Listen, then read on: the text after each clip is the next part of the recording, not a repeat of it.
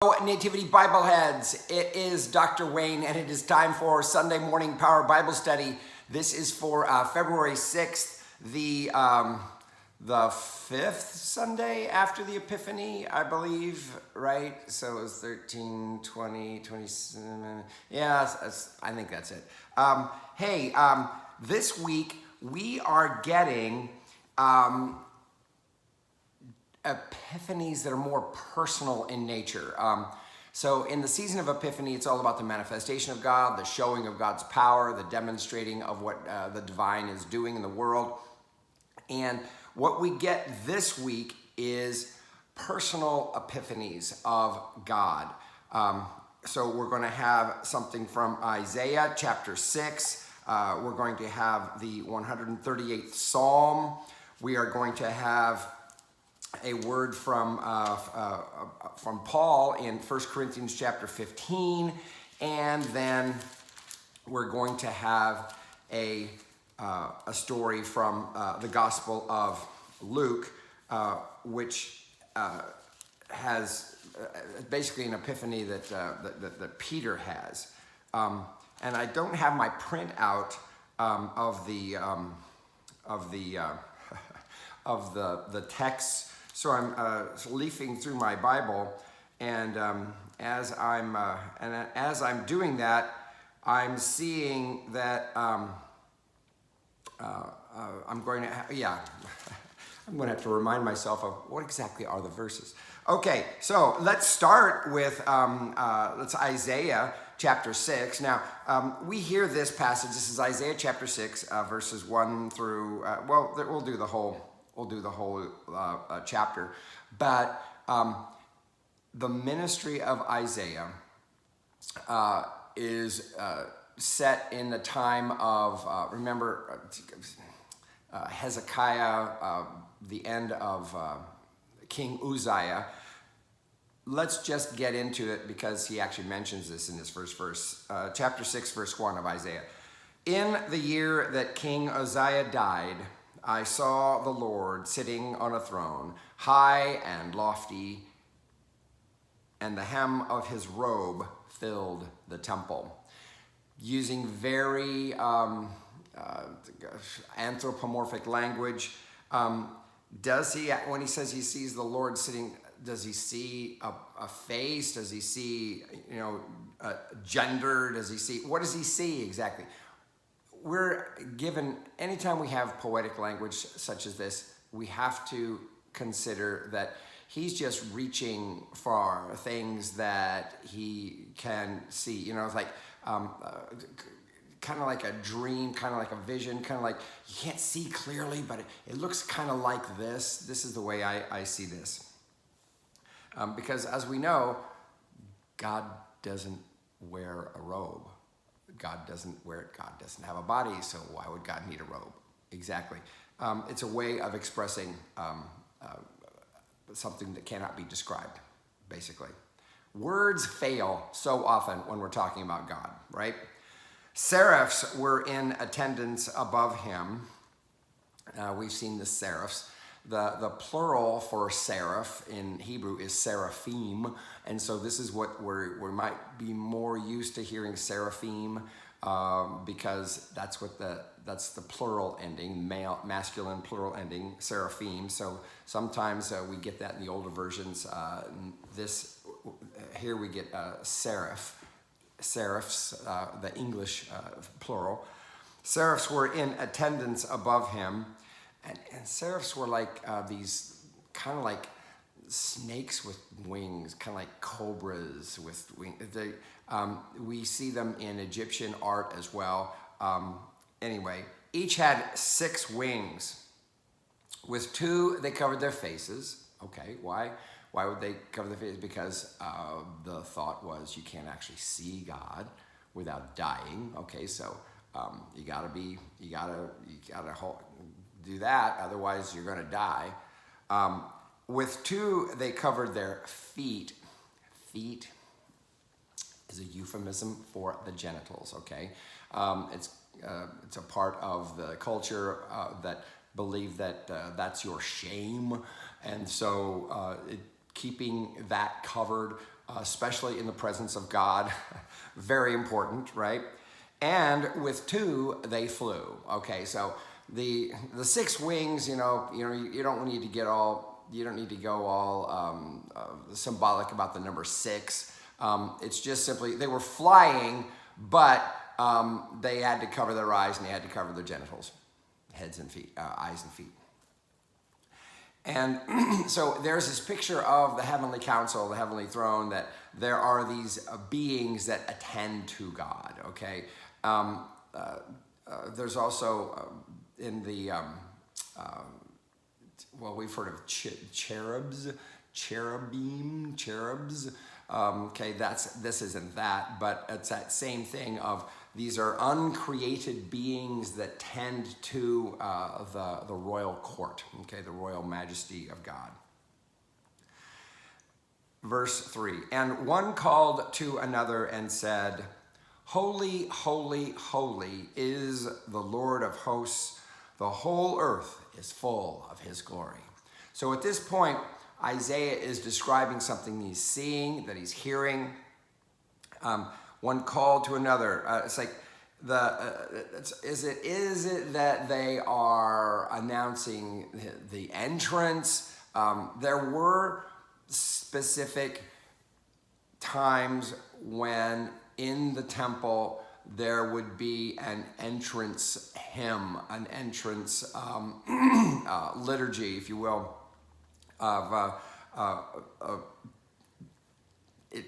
is that what they're describing here? We don't know for sure. But as Isaiah sees this, he's getting a glimpse into a reality that, well, quite frankly, we can't identify it with it very well, can we? Listen, verse 4, the pivots on the thresholds shook at the voices of those who called, and the house filled with smoke. Now the pivots on the thresholds, so the thresholds were the doors, and then the pivots were, the doors would swing on a pivot, right? That's the way that's what hinges are, if you think about it. They're pivots, okay? Well, these were big doors, and the pivots on the threshold shook at the voices of those who called. So it's like giving a sense of the majesty of the voices. Remember, this isn't the voice of God yet. This is the voice of the attending people, seraphs, the seraphim, and the house filled with smoke.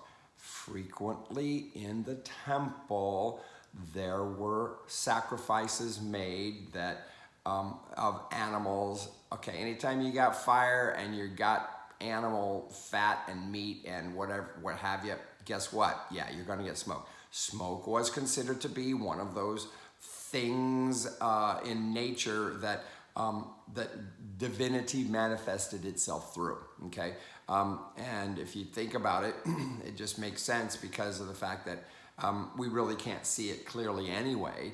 We can't see through it clearly, so there better be smoke.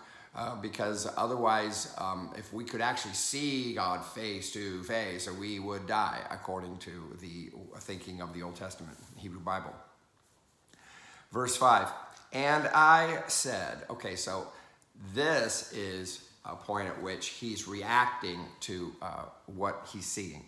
Woe is me. It's like he has this sense of unworthiness. We're not worthy. That's kind of the same thing as the woe is me, okay? I am lost, for I am a man of unclean lips, and I live among a people of unclean lips. The feeling of our inadequacy in front of God, this is an appropriate reaction. It's an honest reaction. It's one that bespeaks our createdness. It bespeaks the fact that it's not so much that we're always doing things wrong, but our custom is that we always do things wrong. There's nothing, our sin isn't about specific acts here and there. It just has to do with an overall way of being, okay? A man of unclean lips, which means to say, is like, hey, I don't know, I can't have. He's hearing all of this stuff being said, amongst these attendants to divinity, and it's like, how my voice is I can't compete with that, okay? It's kind of what he's saying. And I live among a people of unclean lips. It's like, yeah, this is the water I swim in, okay? I know who I am, and I know that I'm not worthy of all this. Yet my eyes have seen the King, the Lord of hosts. Okay, he's convinced that that's what he's seeing. He doesn't describe it other than, just the hem of the robe filled the temple. It's like, okay, this and the smoke. So what he actually saw, we don't know what he saw, but yet his reality is that he's having this epiphany, okay? He's having a revelation, a manifestation of God. Then one of the seraphs flew to me, holding a live coal that had been taken from the altar with a pair of tongs. So remember, that's how they had that fire, the fire for the sacrifices. And if you can imagine one of these glowing, you've seen it in a barbecue pit, right? Those glowing orange coals, right? But taken from the altar with a pair of tongs. The seraph touched my mouth with it and said, now that this has touched your lips, it going to burn, your guilt has departed and your sin is blotted out. Symbolic, yes, because of the fact that this is an experience of his being called to ministry, his being called to prophecy. And so it's like, okay, well, this is your concern. This was a typical response, okay? A typical response in these call narratives. We saw this with Jeremiah last week. The typical response is that how can I do this? This is way over my head, okay? And so we have this action, this divine action that then satisfies that feeling so that he can go forward with ministry. Now that this has touched your lips, your guilt has departed and your sin is blotted out. It's just simply a matter of the fact that, okay, yes, no, you're not worthy. And, but you know what? You're going to be my spokesperson. We encountered this with the Jeremiah story from last week. Then I heard the voice of the Lord saying, now he hears the voice of the Lord. Right?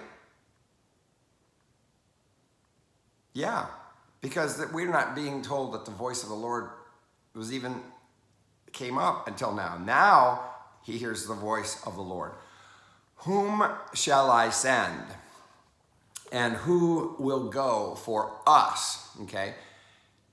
He's not talking to anybody in particular. The voice of the Lord is merely exclaiming to those in attendance, the seraphs, us, the royal council, okay? Whom shall I send? Who will go for us? And I said, can you imagine? It's like the feeling of like, I'm gonna step out. Here am I, send me. Okay. The seraph had already prepared him so he could actually feel as though he could adequately be a prophet. And he said, verse 9, go and say to this people. So immediately the Lord gives him, okay, this is your script. Keep listening, but do not comprehend. Keep looking, but do not understand. What? Yeah. Isaiah's ministry is going to be one of delivering a message to people that they don't want, they're not ready for, they're not going to accept, but yet it's necessary that the word get put out there. That's the nature of his ministry. Not a great thing to like say, oh, that's a great ministry. I'd love that. Well, that's not the way that works. Sometimes we're given words that are going to piss people off.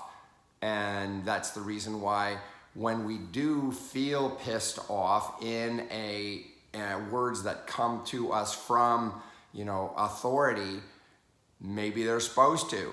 Maybe it's supposed to put us into a realm of thought, okay?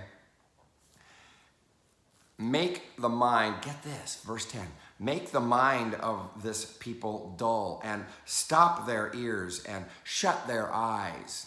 This is the nature of his message. It's going to be such that people are going to say, no, I don't want to listen, I don't want to hear, okay? So that they may not look with their eyes and listen with their ears and comprehend with their minds and turn and be healed. Isaiah's ministry isn't going to be a whole lot of, you're going to see people really respond to this. No. That's a part of what it means to be called. The message isn't always something that you're going to hear or see the kind of response that you want to see. Verse 11, then I said, this is Isaiah, how long, O Lord? And he said, until cities lie waste without inhabitant and houses without people, and the land is utterly desolate, until the Lord sends everyone far away, and vast is the emptiness in the midst of the land. He's describing the reality that Judah will not escape judgment. Judah's judgment is sealed. There will be exile. There will be attack come from without. Even if a 10th part remain in it, it will be burned again. It's like whatever. Don't even talk about everything that you see, all the good that we've gotten here so far. Guess what? It's going away. This is what Isaiah is equipped with, right? Like a terebinth or an oak whose stump remains standing when it is felled, the holy seed is its stump.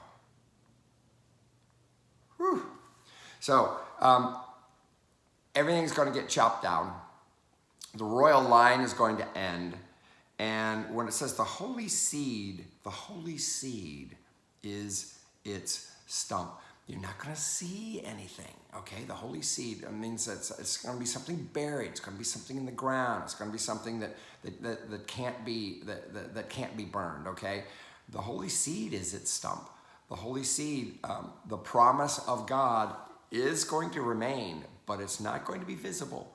It's going to be something that is obfuscated, and it's not going to be something that's obvious.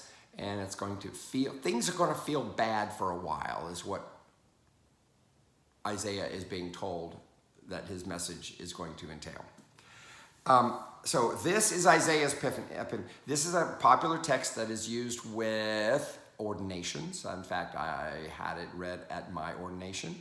And it's a personal epiphany of mission, of calling, and it's not all callings are glorious and like, wow, this is great. This has to do with giving, being a messenger of a message that's not going to be popular, but very necessary. Very necessary. You got to get it out there. There are some words that just have to be said, okay?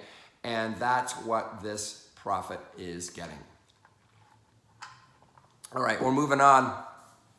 Psalm 138 is the psalm. I give you thanks, O Lord, with my whole heart. I'm reading this from the New Revised Standard because I didn't grab my Book of Common Prayer with me today. I give you thanks, O Lord, with my whole heart. Before the gods, I sing your praise. I bow down toward your holy temple and give thanks to your name for your steadfast love and your faithfulness, for you have exalted your name and your word above everything. This is a hymn of thanksgiving. The little pretext thing says of David.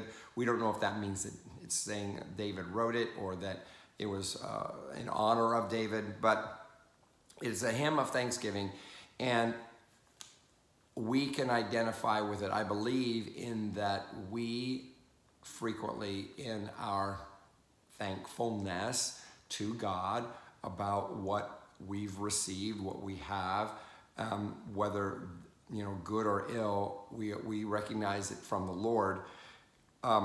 This is an epiphany, if you will, our thanksgiving. This is our way of making real our receiving of those blessings. Verse 3, on the day I called, you answered me. You increased my strength of soul. All the kings of the earth shall praise you, O Lord, for they have heard the words of your mouth.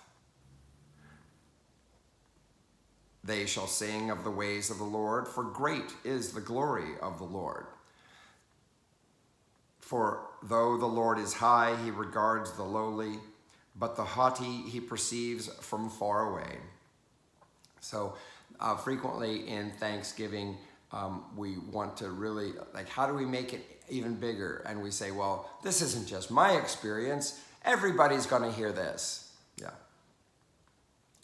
Though I walk in the midst of trouble, you preserve me against the wrath of my enemies. You stretch out your hand, and your right hand delivers me. Again, personal experience of epiphany, of manifestation, of divine power. Sometimes it comes just in our own personal experiences and in that we feel protected and safe. The Lord will fulfill his purpose for me.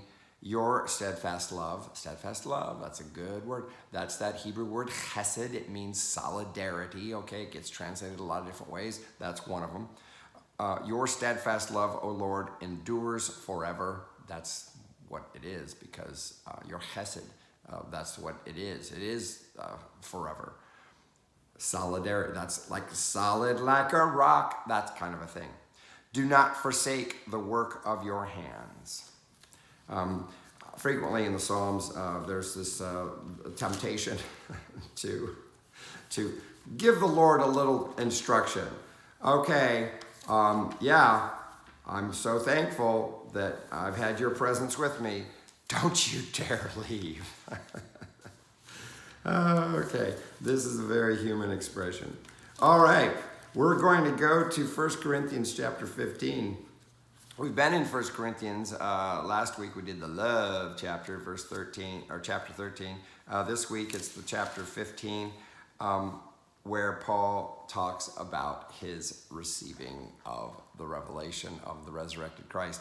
Now I would remind you, brothers and sisters, of the good news that I proclaimed to you, which you in turn received, in which you also stand, through which also you are being saved, if you hold firmly to the message that I proclaimed to you, unless you have come to believe in vain. Okay, so he's reminding them of the confession of faith. Verse 3, for I handed on to you as of first importance what I in turn had received, that Christ died for our sins in accordance with the Scriptures, and that he was buried, and that he was raised on the third day in accordance with the Scriptures, and that he appeared to Cephas, then to the 12. Then he appeared to more than 500 brothers and sisters at one time, most of whom are still alive, though some have died. Then he appeared to James, then to all the apostles. Last of all, as to one untimely born, he appeared also to me. Remember, what's the theme? Epiphany, okay? Again, this is an example of Paul recalling an epiphany of the divine, a manifestation, a realization of the divine. And he puts himself of lower value due to the fact that he wasn't, Paul, it seems as though it's like he would, I think sometimes he pined for the thought, wouldn't it have been great to have been one of the original 12? But that's why he calls himself as to one untimely born, sometimes referred, that the word is also miscarriage or abortion, if you will. One born at the wrong time as to not even survive, because that's basically a miscarriage or an abortion is. But he's like, this is his way of it's a self put down. Yeah, Paul, as often as he puffs himself up, he also puts himself down. For I am the least of the apostles, unfit to be called an apostle, because I persecuted the church of God. But by the grace of God, I am what I am, and his grace toward me has not been in vain. So Paul's description of his epiphany, of his realization of the truth of the resurrection, for him, he could say that, he wasn't worthy, but you know what? It hasn't been in vain. It hasn't been for nothing. And this is one of the things that drove him, okay? On the contrary, I worked harder than any of them. And I think he's referring to the originals, the original apostles, because there did come a time when they started to hunker down in their sectarianism and their feeling of like, well, the church is supposed to be for the Jews.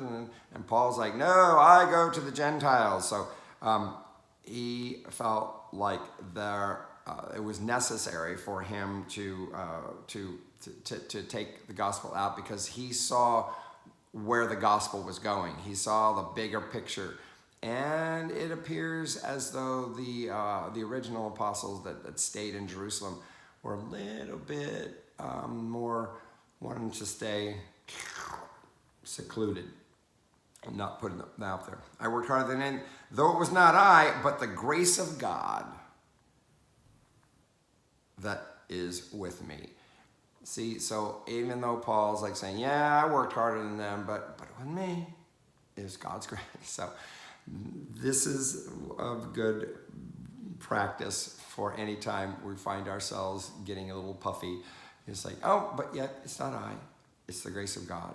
And that you got to be able to recognize, yeah, I know I'm working hard, but you know what? It's all because God's doing that through me. That's what any preacher's got to say, and that's what I like to say. Although I don't always take the opportunity to do that, but especially if I get compliments or whatever on a sermon or a teaching or whatever, it's like, well, I'm glad that's for you. I'm glad that's for you that you got that, but you want to get that impact that's God. That's God doing that. That's the Holy Spirit at work, and I'm thankful for that. Although I don't always voice that. But it's the grace of God that is within me that does that.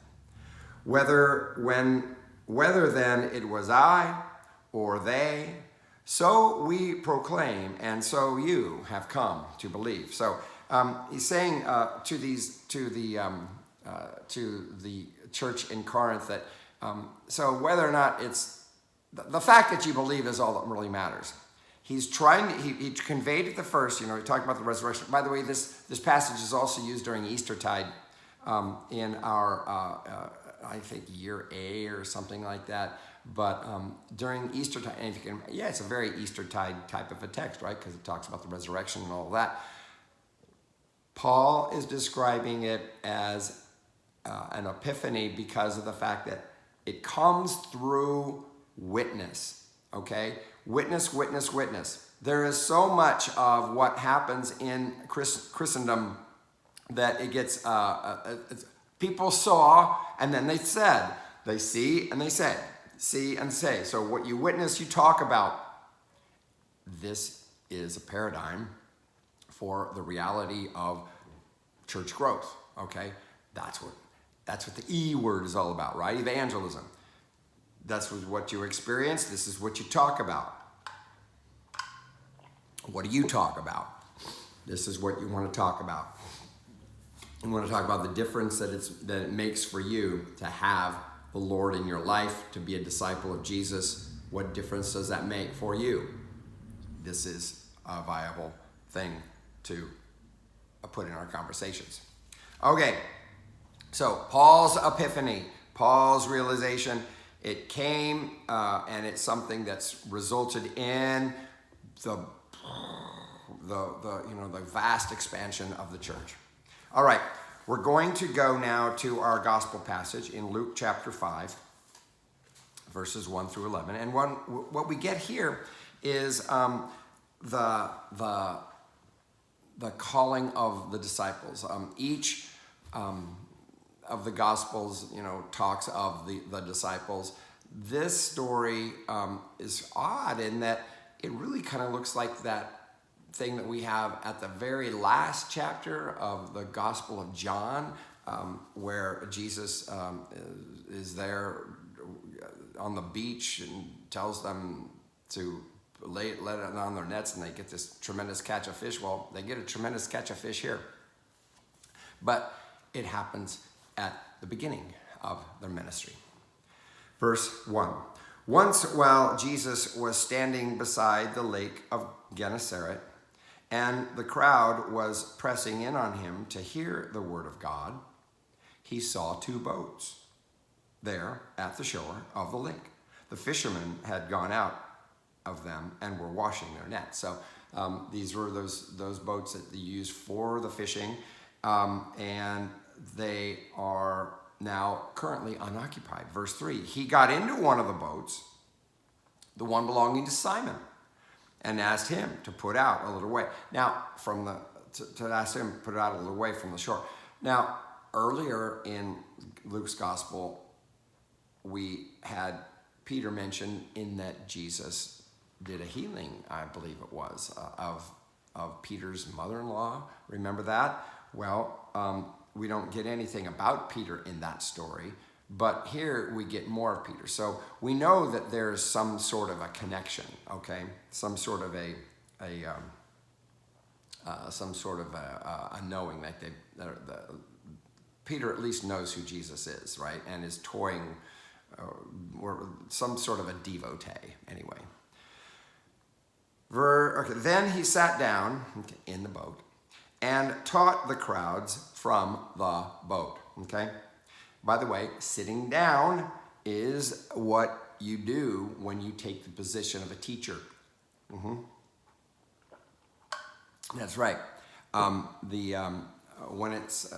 Jesus went to the synagogue that one time, remember when he read the scroll, he stood up to read the scroll, and then he sat down. Now, sitting down doesn't mean he was done. It just meant that that's when his time he took the position of the teacher, okay? Sitting down is what you do when you take the position of a teacher.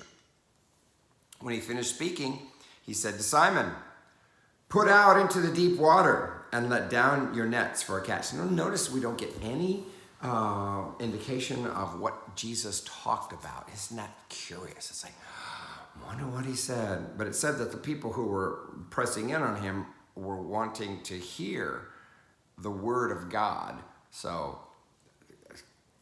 apparently whatever it was he said was considered to be the word of God. Yeah. That's fascinating, though, to think, what did Jesus say in that sermon on the boat? That might be a nice little sermon. What did Jesus say in that sermon on the boat? What could he have said? That'd be a nice little imaginative thing to work on.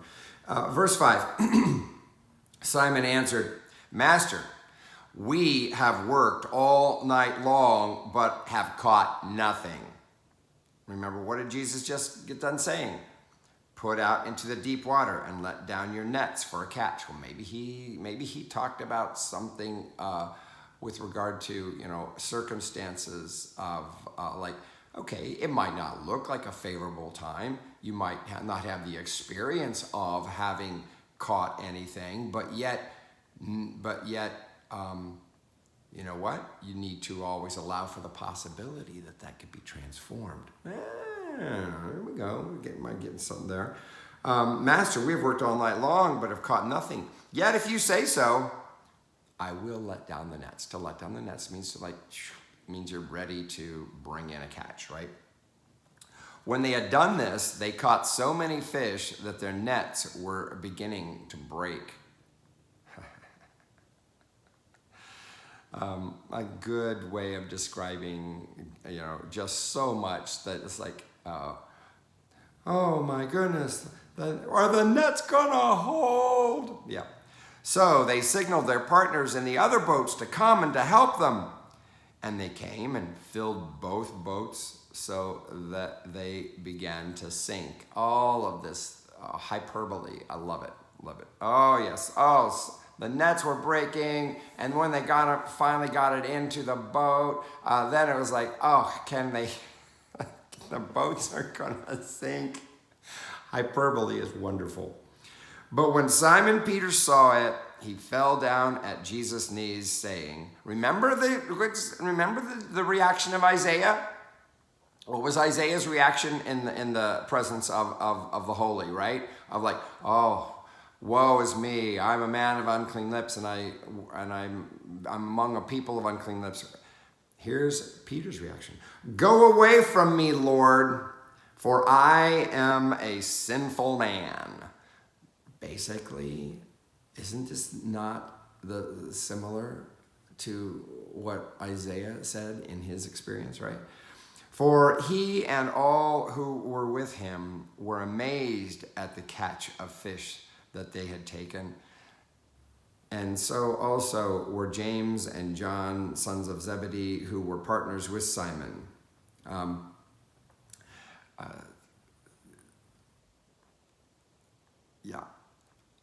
This extraordinary catch is for Jesus a way of, it's an epiphany for Peter, in that Jesus is opening up for him possibilities that Peter never dreamed is even possible. The possibilities of what you have with me are going to blow your mind. They're going to rock your world, okay? They're going to sink your boat and rip your nets. They're going to rock your world. They're going to blow your mind, okay? And then we have this list of the other people who were there. Notice we don't see Simon Peter's brother Andrew there. But yet we know in other contexts that he is. Then Jesus said to Simon, do not be afraid. From now on, you will be catching people. Yeah, this is one of those unfortunate things where it's like, I love the play on words when it's saying, well, from now on, you'll be fishing for men. Because, you have the word fisherman, and fishing for men, that play on words, and we lose that when we say, now you will be catching people. And it's like, oh, that kind of doesn't feel good. That's not as poetic. That's not as fun. Fishing for men, I love that. I love that better. But this is the way we get it translated because we want to be inclusive. And, that's a worthy goal. It's a worthy goal. But to be catching people, the idea is that you don't know it. You may have given up on the fact that people are looking for something new, that people are looking for transformation. You may have given up on that, Peter. But you know what? I'm here to tell you, we're not giving up on that, okay? There's a lot more out there. There's a lot more out there just like this. And that's what I have in store for you. When they had brought their boats to shore, they left everything and followed him. So apparently they had quite a business going of being fishermen. And to say that they left everything, I don't know. Does that mean that they totally just parked the boats? Okay, we're putting them in dry dock, not putting the boats out there any longer, gonna just follow Jesus. Is that possible that they did that? And then is it possible that, like in the Gospel of John, when after the resurrection, they end up on the beach and Jesus is unrecognized and they're out fishing and they've gone back to their business of fishing after Jesus, after his earthly ministry was over. Very possible that's the case. But in the season of Epiphany, we see in Peter an example of being open to an epiphany of God, a manifestation of God, like his mind had already been made up. Peter was like, sir, we've been fishing all night. There's nothing there. Let down the nets anyway. The idea of being open to a possibility that is unforeseen, this is what the gospel is about. The gospel is about bringing hope in situations where the hope doesn't exist, and bringing possibility to situations where possibility doesn't exist. Like anytime we get down and like, oh, it's so bad, it doesn't matter whether we're talking about the pandemic or we're talking about, I don't know, just circumstances with our bank account or our job or whatever. It's like, you know what? There's something great that's on the precipice. This is just a circumstance. It's not the reality of we can actually create an experience whereby we're open to a reality that's much bigger, much more blessed, much more divine oriented, if you will. These are our texts for this Sunday in Epiphany. Like I said, I believe it's the 5th Sunday for, February 6th. And that is all I have to say about that. I do welcome your comments in the chat I don't make a habit of looking at it because it's like, frankly, I haven't seen a whole lot to look for. So just let me know, but we will see you in church. Peace.